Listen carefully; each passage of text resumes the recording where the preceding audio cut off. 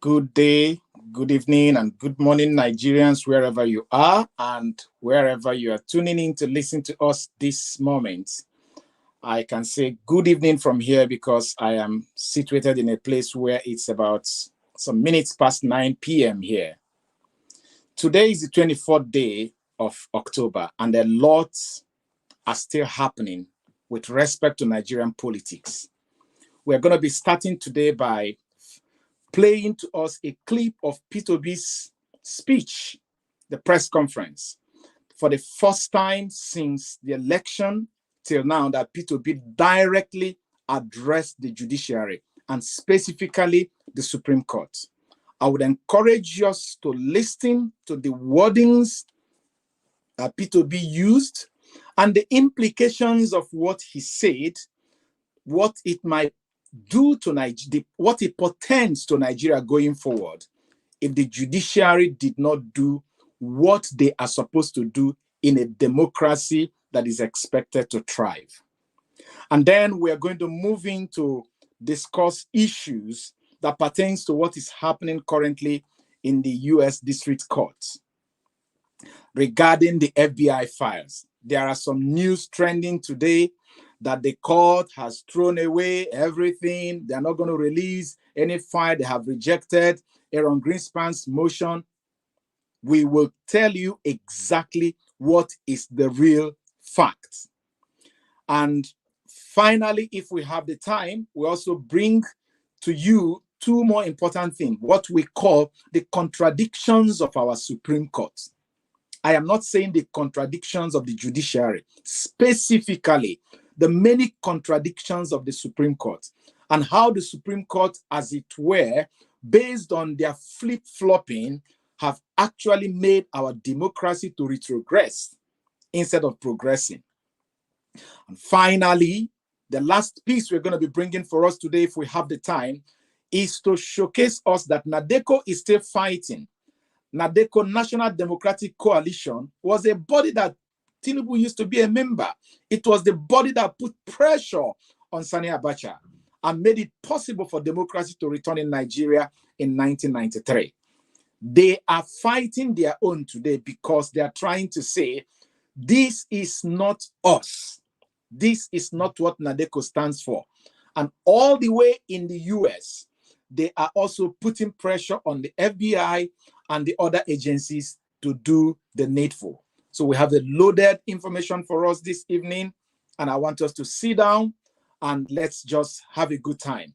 We'll be starting by playing for us a clip where the text of P2B's statement made to the Supreme Court were read.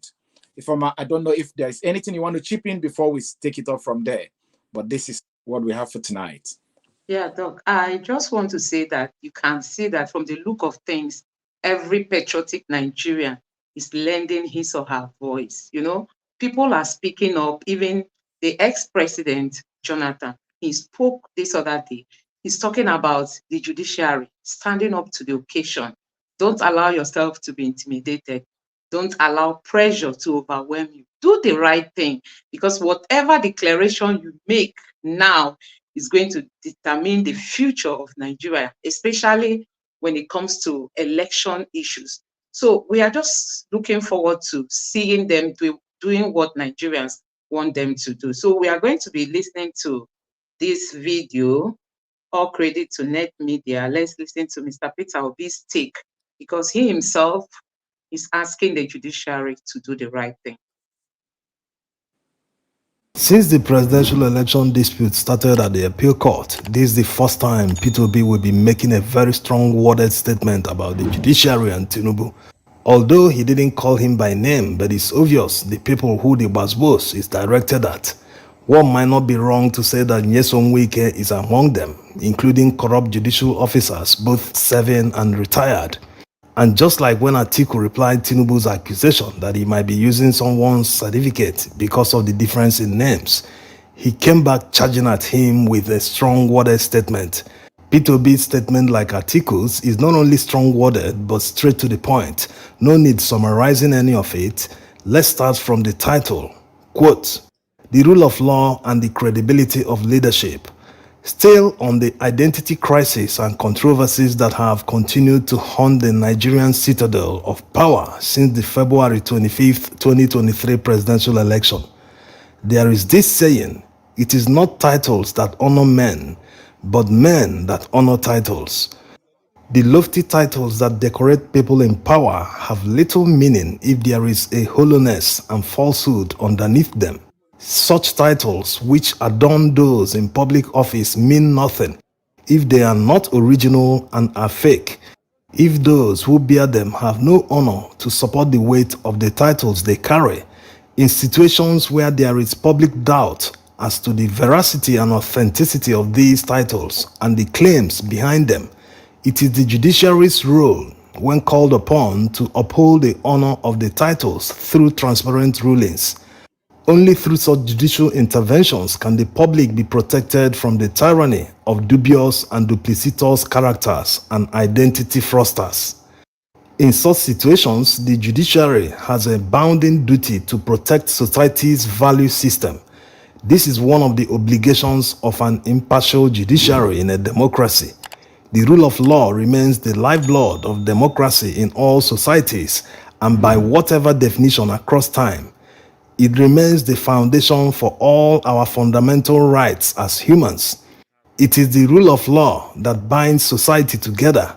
The expectation by the high and low alike that their rights will be protected and respected by fair judges in transparent courts is what keeps citizens' loyalty and belief in democracy. People, irrespective of their station in life, approach the courts whenever they feel their rights are assailed in the expectation that fair courts will render justice to them according to law. However, when the fairness of the judiciary is not assured and the transparency of judiciary operatives is uncertain, the rule of law will come under severe threat. Once ordinary people lose faith in the fairness of the judiciary, the rule of law is threatened. With it, faith in democracy comes under threat as well. A society is endangered when the rule of the powerful and the rule of the rich and the mighty replaces the rule of law. When that happens, justice becomes a commodity to be traded between the rich and powerful and a cult of corrupt judicial operatives. When a democracy is based on faulty justice, it opens society to apparent dangers. Governments become subject to impunity and casual violations of the rights of ordinary citizens. The rich and powerful can trample on the rights of the lowly, as there are no consequences for infractions or lawless acts. This can be the groundwork for a democracy to graduate into an autocracy. US President Joe Biden could not be more apt when he said, "For any young democracy, the most difficult but important step is burying the legacy of tyranny and establishing an economy and a government and institutions that abide by the rule of law." End of quote. Thank you. Yes. So, my guess is there is nothing to add or remove in this statement made by P2B to the court. And just like Ned Media said, the judiciary know that they are talking to them because they are the people that are remaining now. The governorship petitions will end at the Supreme Court. This presidential is currently at the Supreme Court. And as P2B rightly said, is it going to be the rule of the mighty and the rich or the rule of law? And I mean, we can tie it into one of our the issues we wanted to discuss today. I mean, take a look at it.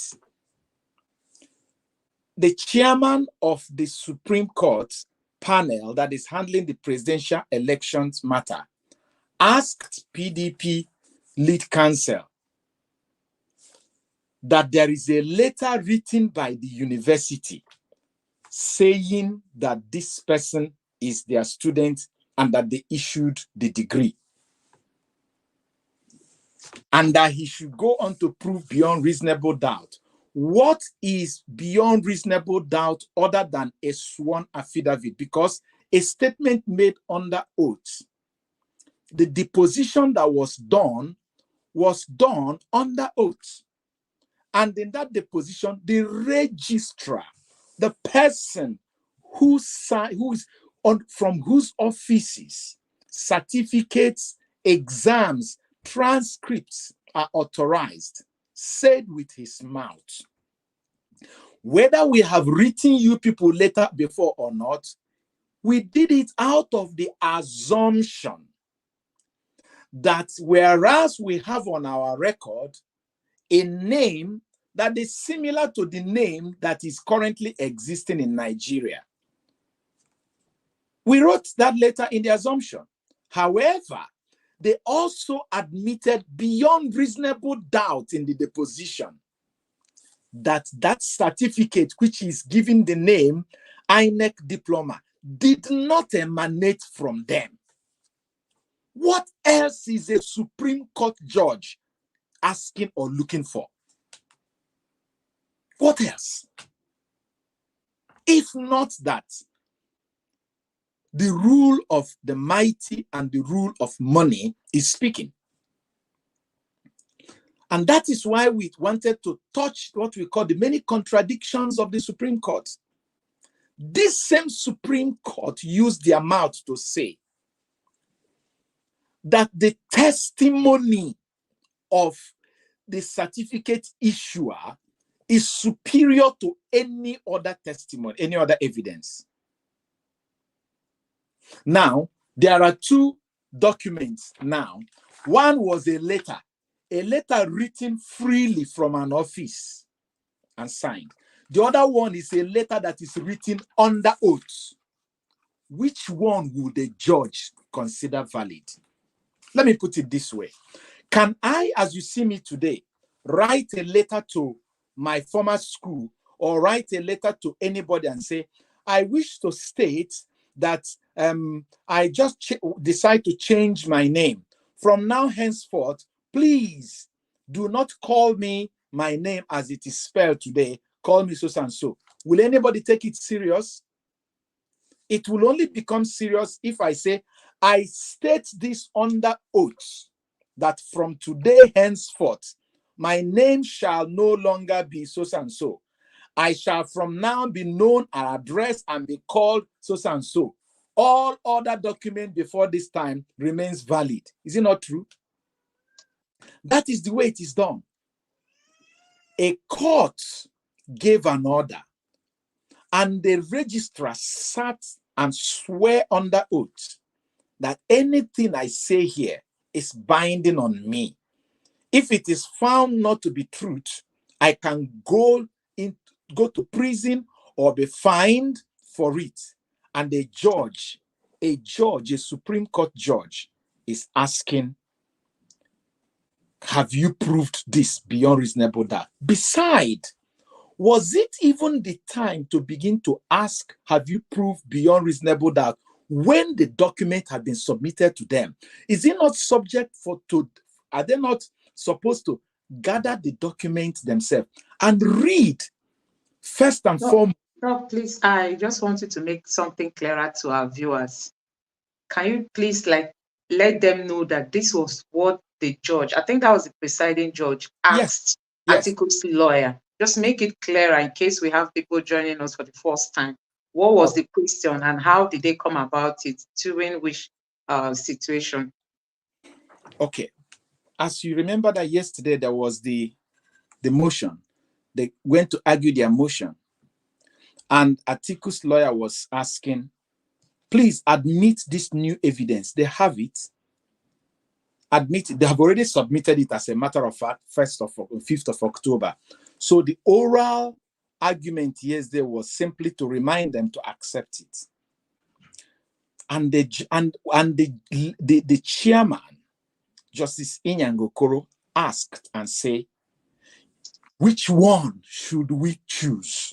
That was what he asked the judge. He said, which one should we choose? Because there is a letter written by Chicago State University stating that the they are that the president was their student and that he earned this degree.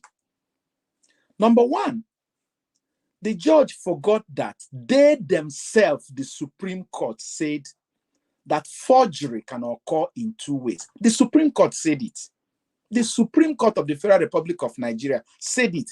And the appeal court had referred to them in many other cases that they determined. They said that forgery can occur in two ways. Either you modify an existing document or you create an entirely new one. Atiku Abubakar did not go to court to challenge whether somebody went to school, whether someone graduated or not, whether he was even issued a certificate previously or not. He went to challenge the fact that the material, the certificate that was given to INEC was not given by the university. The letter written by the university said, certain name like this passed through this school. And in the course of passing through this school, he graduated with this degree.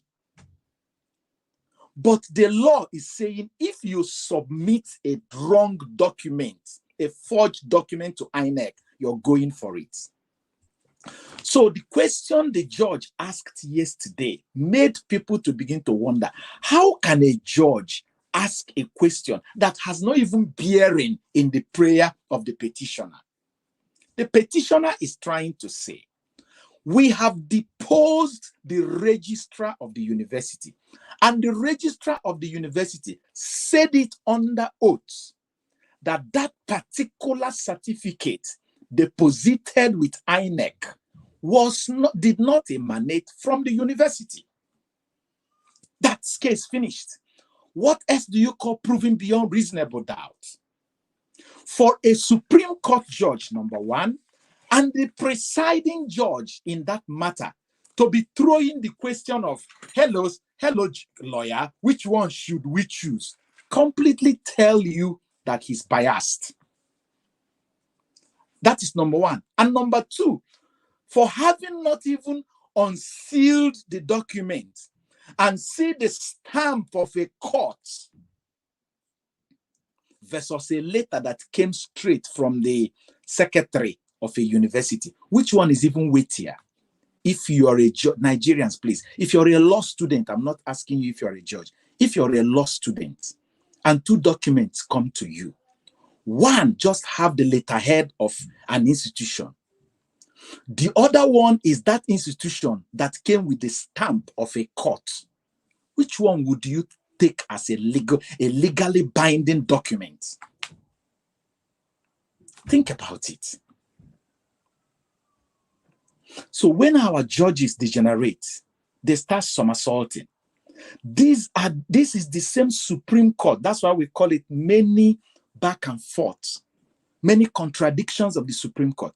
This is the same Supreme Court that denied David Leon his governorship position in Bayelsa State a night before he was sworn in, simply because his deputy was unfortunate to have had inconsistency in his name. He swore many affidavits from ABC to CJN to BBC, and the Supreme Court said these contradictions is one too many. And this same Supreme Court is speaking in defense of a man who said that he obtained a GCE certificate before the body that issued it was founded.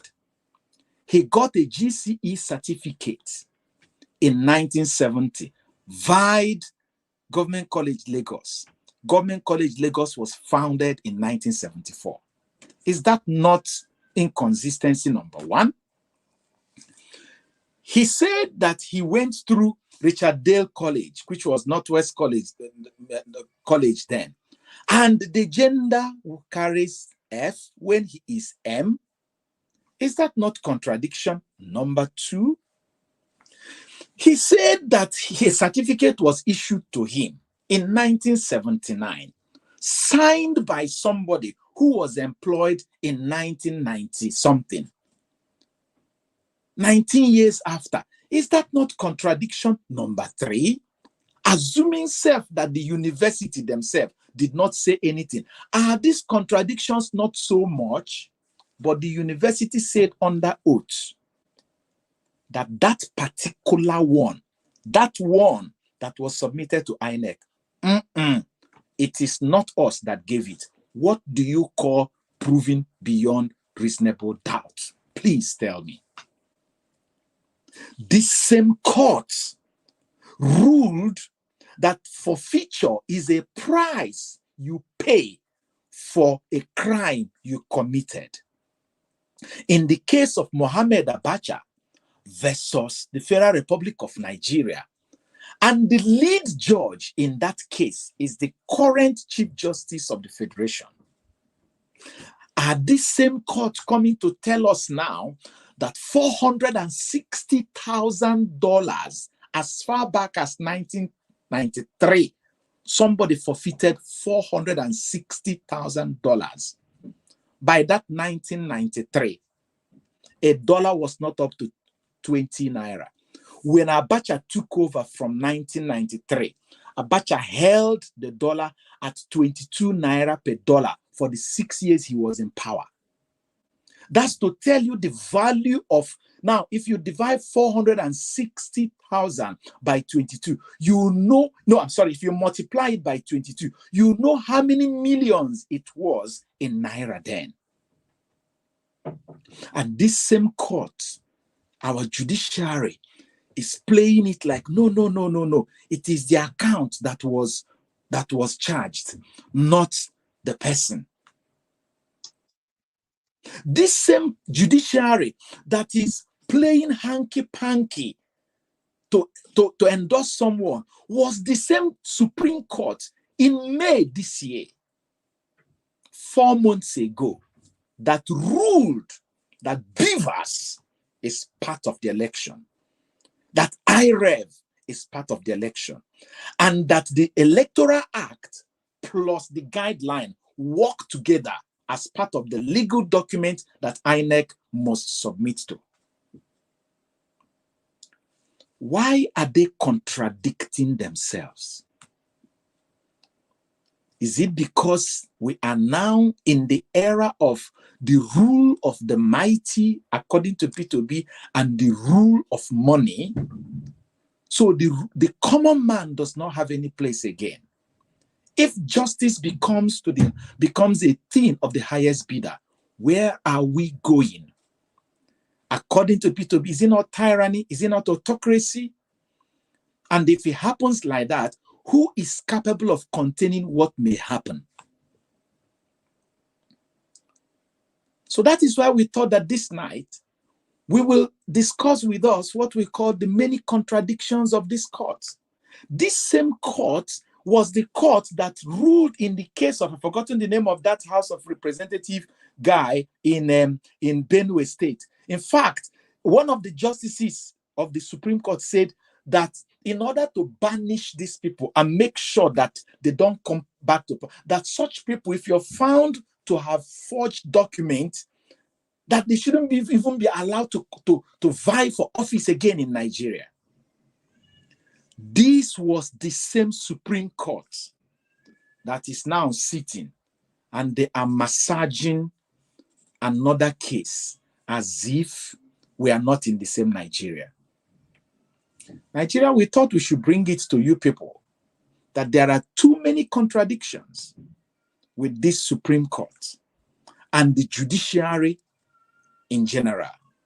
And only God could save Nigeria going forward. Because as P2B said in his speech, in his write-up, it's like he's denounced the rule of mighty and the rule of money, no longer the rule of law. I don't know if you have anything to add to this now. Yes, Doc. You know that the corruption in our judiciary is very obvious. Can you imagine them coming out recently to tell us that they'll be looking into the case between Hope Uzodinma and the PDP together with Abga in Imo State. And all of a sudden, I think it was just within the space of 24 hours, they came again to say that no, that they've suspended it indefinitely, as in no date has been given. As if somebody went to tell them, please, see what you can do. If you can just suspend this case for now until the Imo State election is over. So I don't know, the judiciary, like one of the analysts on Arise Television was saying that the judiciary has to like come out and purge itself, because there are a lot of things going on in our judicial system. These people, they are not straightforward. You just wonder the kind of influence that they allow from these politicians. They told us that they want to look into the case of Hope Uzodinma, because before now they said APC did not have any candidate for that election. So how did you then declare APC winner of an election? You say they don't have a candidate. And all of a sudden, this current CJN allowed that case to resurface again. They've given us a date on the 31st of October that they are going to start hearing that case again, not even giving us the final ruling.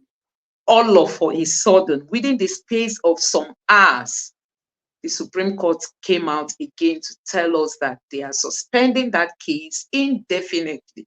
So you can imagine, I thought they used to say that wisdom comes with age, as in these old people we see that are, our justices are made up of elderly men.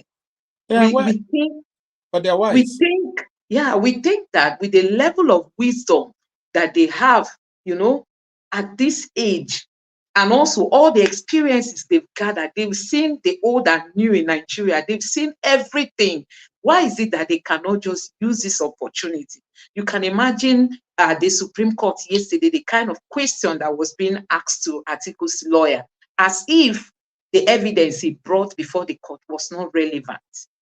Which one do you really want us to take? As if they should select from what he was there to present. Honestly, the handwriting is already clear on the wall, as in it's very, very clear. We cannot just trust our judges. We can't. For now, the way things stands, it appears they want to dance to the tune of our politicians. From the look of things, except God will have to visit them, visit them anyhow he wants to do it, whether he comes hot or he comes cold, anyhow God wants to do it, for them to stand with the people, the Nigerian masses. Because we can't just allow this. I'm just like thinking, should they uphold the sitting president as the president of Nigeria?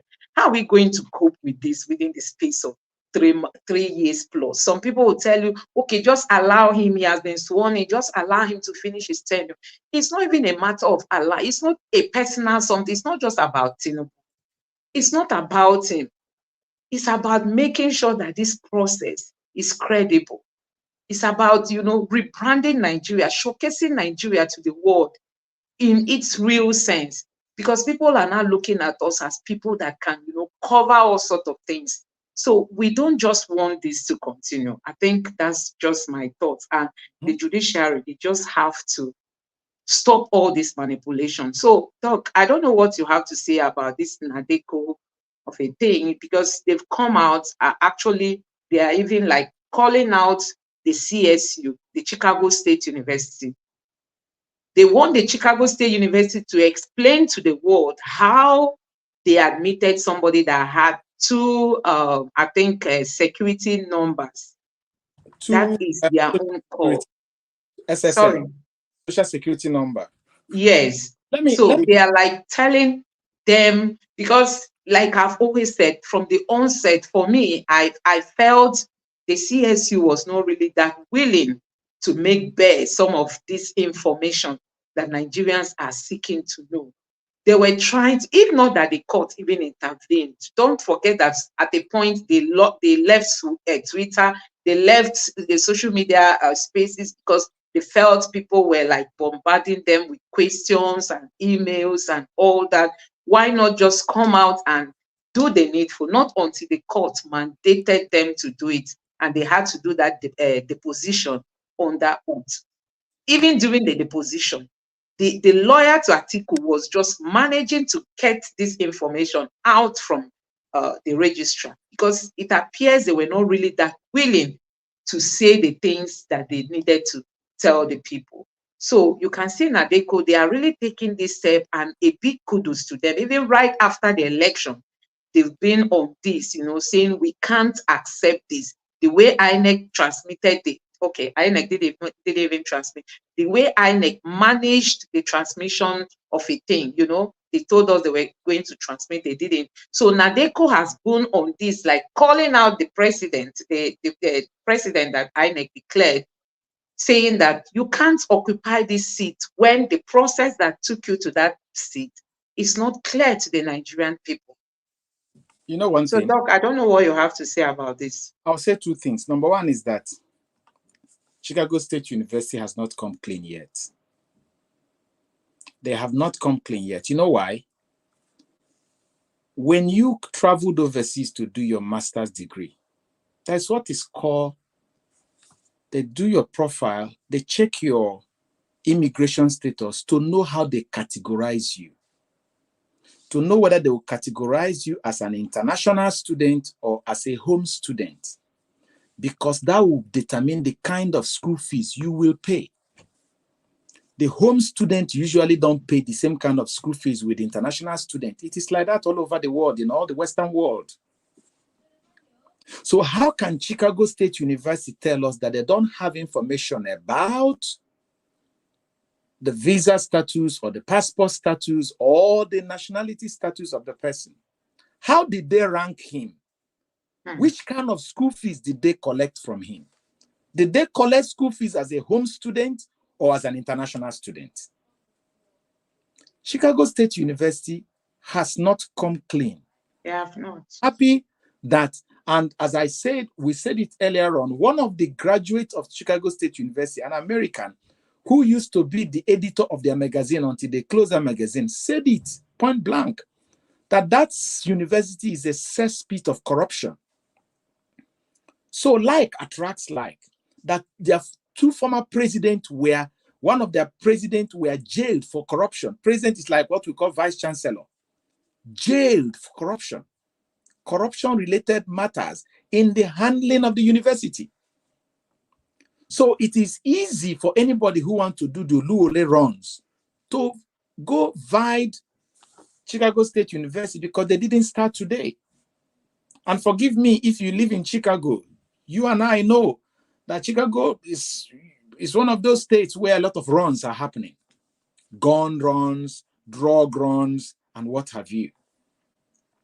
And then again, that is also why the FBI file, the DEA file, the Homeland Security file, the CIA file is important, because there is no way somebody will be using a social security number and all of a sudden you flunk it and you go get another one. Something must have happened in that one that made you dump it and pick a new one. And I tell you that thing that happened, for someone to drop it and pick, there must have been an alert that person got somewhere that the authority is watching you. Drop this because it's going to expose you. Pick this particular one. And I tell you, when we see what is in the Homeland Security file, we will know what happened, when, who owns which SSN number, while it was flipped, when it was flipped, and what brought about the whole flipping scenario. That is it. So the news going around that the US court has denied the approval of the files to be released, I want to correct the impression, the wrong impression people have, because I got a lot of people sending me texts today. Oh, what happened? Does it mean that that all the effort is gone? I said, no. Read and listen. Aaron Greenspan submitted an emergency motion. All right? Emergency motion means, please, these people, These people are coming to intervene to delay this process. Don't listen to them. Release this thing. It is important and it is urgent. So number one, let's clear things here. Number one is that whatever DEA, FBI, and all these agencies release will not be tendered as an evidence at the Supreme Court of Nigeria, because Aaron Greenspan and his blog, David Hundeyi, all of them, they are not a party to these election petitions. Whatever information they release is for our own consumption as Nigerians. Fine. Can you hear me? Yeah. Okay, sorry. I don't know what was the last thing you heard me say, please? I got lost at a point because I wasn't hearing you at all. Okay. I was saying that, okay, because I don't know if where I am, my communication got breached. The news that popped up today that the U.S. court has denied Aaron Greenspan, has refused to grant prayer to release FBI file. I think the way they worded it was wrong, because if you look at it, it looks like, hey, so it's not going to work again. And a lot of people start buzzing my phone. And I told them, no, that is not what happened in court yesterday. The emergency motion that was submitted by Aaron Greenspan was denied. That emergency motion was for the effort of the president's team to be disregarded so that FBI can go ahead and other agencies to release the document. But the court denied it. The court denied it, not saying it will not happen, but the court denied that emergency motion so that they could give the president's team the right of fair hearing. Let them come and state their own case. That's all. And after they finish stating their own case, we will now know whether their case will be so strong. Remember that in the case of Chicago State University, the same thing happened. Atiku's lawyer was pushing, and these people quickly ran to intervene. And then they adjourned. And the judge said, I'm going to hear everybody. Bring your case. He said to the present team, tell me why I should not grant the prayer of the Atiku. And after he finished his argument, the judge says, unfortunately, in your case, the argument is not strong enough. I am going to grant it. Chicago State University, go ahead now. So that is what happened. It's only delayed, but it's not denied. Okay. The highest it can take is a matter of 1 or 2 weeks. This whole thing will be finished. And then finally, we can have this. And as I said, it is not a document that we need for the appeal for the Supreme Court as an official document. People were saying, let it be released so that when the Supreme Court judges hear what is in it, it could touch their conscience. But as I'm saying, these people, their conscience looked seared. It looks toughened now. It doesn't look like these are people who are carrying and are fed up a sworn deposition, and they are still asking, which one do you want us to choose? So, Doc, this is the title you are trying to correct, right? It says, yes, relief for Tinubu denies Greenspan motion to fast. Okay, this one is even good. This one says, okay, this is a People's Gazette, of course. They will present it well. You see, it says, denies Greenspan's motion to fast track. Fast track, to do it quickly. Yes. Mm-hmm. They denied the motion to fast track. The implication of granting his motion means that the intervener will be disregarded. And the judge said, no, I'm not going to do it. Let me hear everybody, which is okay. Don't worry. That is exactly where you hear that the wheel of justice may grind slowly. It's not the denial of justice we experience in Nigeria, like what our Supreme Court is doing in Imo State, because that is a clear-cut case of halting the wheel of justice, delaying justice, which amount to denying justice. Okay, if with all the money that we are saying we don't have in Nigeria, the Supreme Court wants INEC to go and balloon another millions in Imo State. Now, Labour Party that was not even in existence as a political party in Imo State in 2019 is standing for election now. What if Labour Party wins? Will the Supreme Court hear and say, oh, give Ihedioha his mandate? If Ihedioha's mandate is given, will they now say, Ihedioha, when you finish, hand over to Labour Party who won? How do they wriggle out of all these things? They are just complicating everything, honestly. Clear constitutional crisis that they're deliberately creating.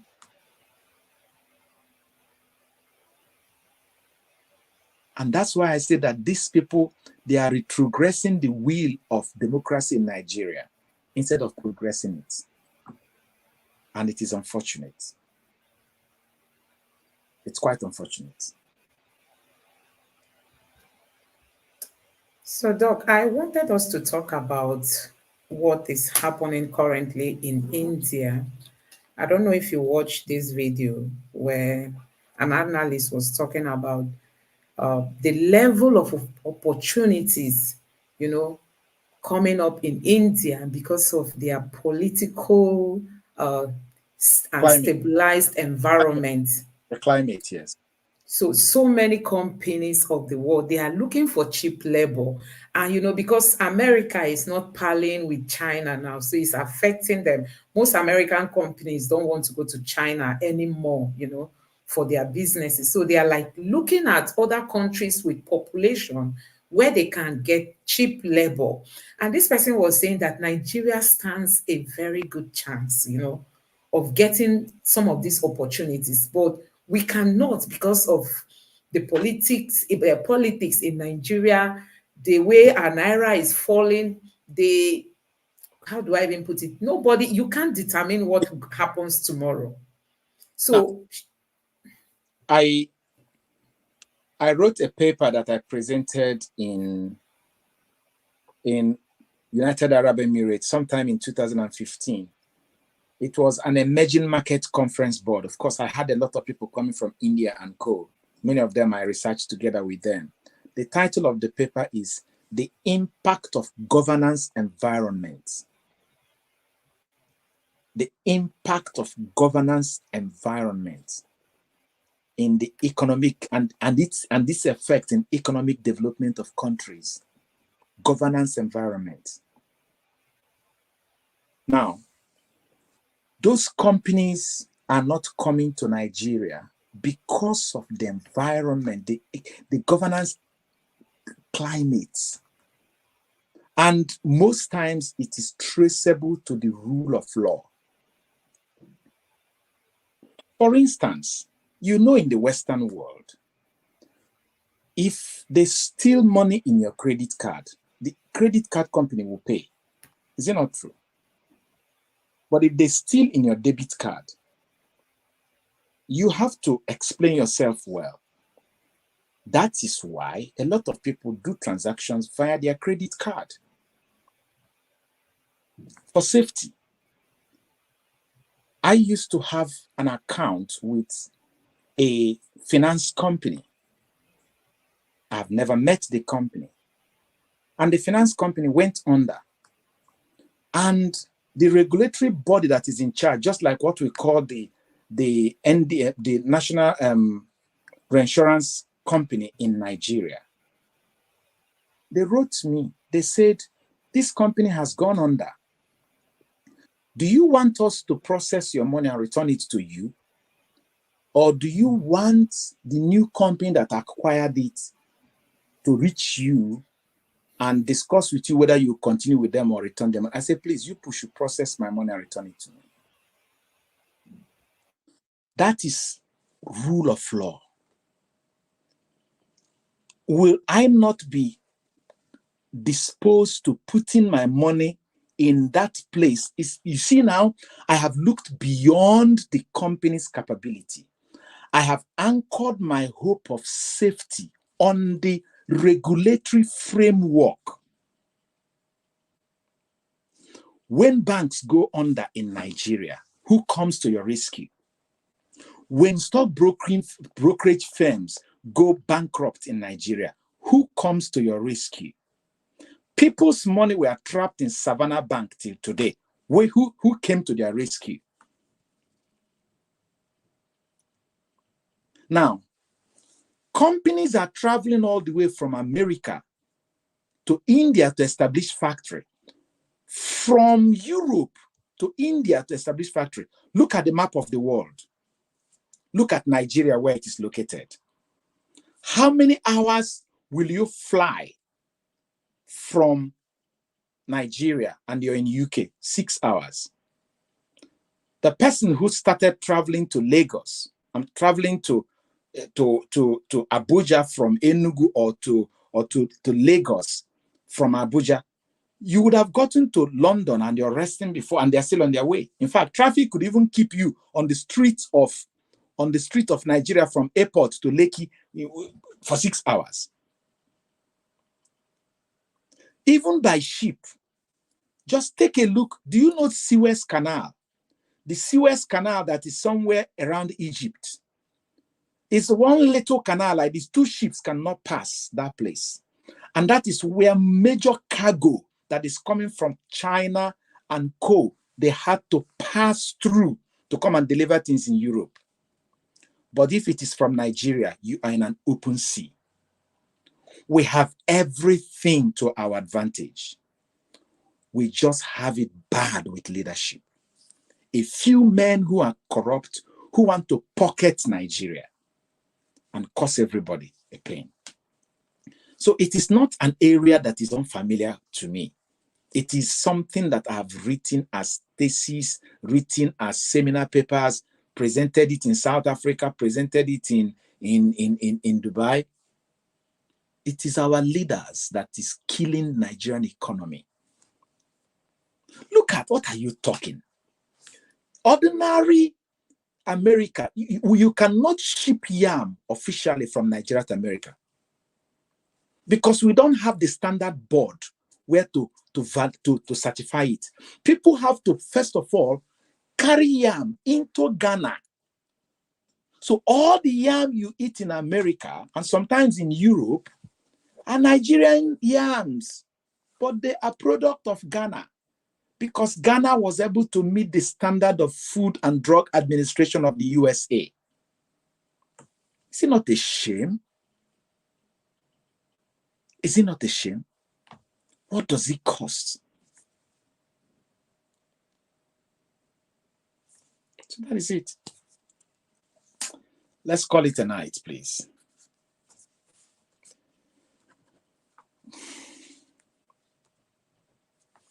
Sorry, Doc, thank you very much. Honestly, what is happening in Nigeria, I feel so bad each time I look at the economical state of our people. There are people that can't even afford 3 square meal. And look at the kind of, will I call it, young men going into criminality. Most of them don't even have anything doing. And these are people that if we were to find ourselves in a very good environment, they would have been taught one skill or the other and be given job opportunities. But these things, our politicians don't pay attention to things like this. They are just after spending their millions during election. Then when they come into office, they are just looking for a way to recover that money quick before anything happens. I don't even know if you've heard that this current administration is borrowing money, and at the same time, they are approving this money that they send into people's accounts that opens door for even more corruption. Instead of them to manage the little resources we have currently, they will tell you they want to transfer to alleviate poverty, when it's them that initiated poverty, removing subsidy without any proper planning. These are some of the things that we are talking about. When you ask people, okay, Rufai tweeted and he said, if these people had come for debate during the election, we wouldn't have found ourselves in the state we are today. Exactly. But they never came because this debate makes you, to go and research, you plan, you document, you think. But this current president never provided himself for any debate, even one debate, and you see Festus Kayamodem and Fani Kayode and other spokespersons, they will come out, they will defend. These are people that studied law. They will defend this person to the core, even without him coming out to debate with other presidential candidates. Now, look at the mess we are in. Do you know how much Naira is today? And the dollar against the Naira, do you know how much it is?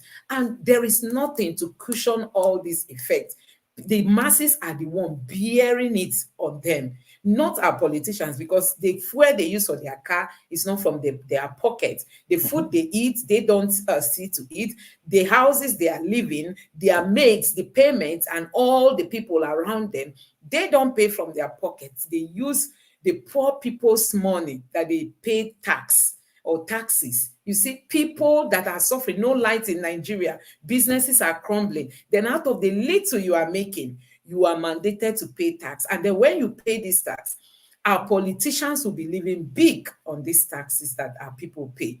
So these are some of the things that we keep seeing, that if you really want to serve Nigeria, please, all these corruptions, we should just eradicate them. And the judiciary stands in the best position to help sanitize Nigeria, sanitize our politics, sanitize our electoral process. Let things be done in a good way so that we can move forward. If you see the benefit India is enjoying now, honestly, India is enjoying very big opportunities because they've worked so much. This present, there are two, I think the last two administrations, they've really done well in repositioning India because they want the progress of their people. Don't forget that the last election they had, they never went to court. There was no problem, despite them having more population than Nigeria. So you can see where we are. All this problem, we keep blaming our politicians because these people, they don't even mean well for the Nigerian people. Doc, please, before we go, let's check some of these comments that we have here. I want to really appreciate Simon, who has Simon Skymona. Thank you very much for giving us a super sticker. That's nice of you. Thank you, Simon. Thank you. And then we have this person, Doc. Over to you. Now we are celebrating $11 billion being awarded to Nigeria, the same way the Supreme Court will pass the verdict. It's not money awarded to Nigeria. It is money Nigeria would have spent in damages that the court says no. So no money is coming though. Okay. The same way the Supreme Court will pass the verdict in favor of ordinary Nigerians that are suffering in the mix of plenty. Thank you. Amen. Prosper. Please, I say amen to that. Okay, what else again? I hope all the past judgments are compiled to support the current appeals. Of course, they cited all those judgments. They cited it. They referred to it. They quoted them. They referred to it. Of course. If you read their briefs that they submitted, you see it there. So any attempt to set aside is tantamount to swallowing their own vomit. But if so, how can the Supreme Court be defaulted? Well, so far they gave a judgment that remember that this Imo State thing, the PDP the PDP told them point blank, we're not asking you to revisit. We're asking you to enforce your judgment. You gave this judgment, enforce it. Enforcement simply means INEC give these people certificate of return, because until the court pronounces that statement, INEC cannot do it. That is it. So what do we call eating vomit here? This one is, they have their vomit mixed with their urine and they are ready to, Nigeria as a nation was also a Philip Lugard for jazz, I can imagine. It is so much disappointing for a judge of the Supreme Court of Nigeria to compare a written letter on letterhead and the position of the court as to the one to rely on. Thank you. People are reasoning like me. I was wondering if I'm just being too distinct. Indeed. Indeed. Godwin, thank you. They don't have the fear of God because they are still romancing with their gods. And our God is very patient because he marked the yardage of their race. That's true. I agree. I agree. I'm now seeing the Chicago State University as the course. It didn't come from me. You didn't hear it from me.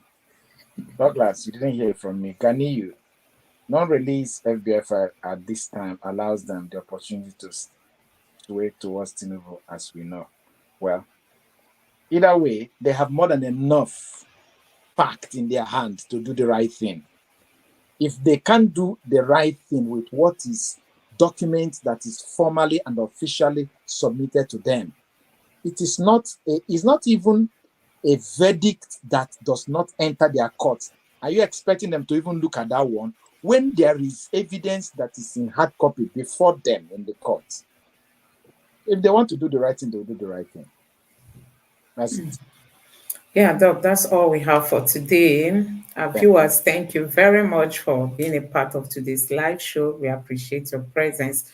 Please do well to like this video, subscribe to our channel. Let's build a stronger bond. Turn on the notification bell for future updates. And we also want to encourage you. You can also give us a super chat, a super sticker. We appreciate that. Thank you so much for being a part of this show tonight. God bless you and good night. Doc, thank you for all your contributions. Thank you. And good night. Yeah, great. See you all tomorrow. Bye.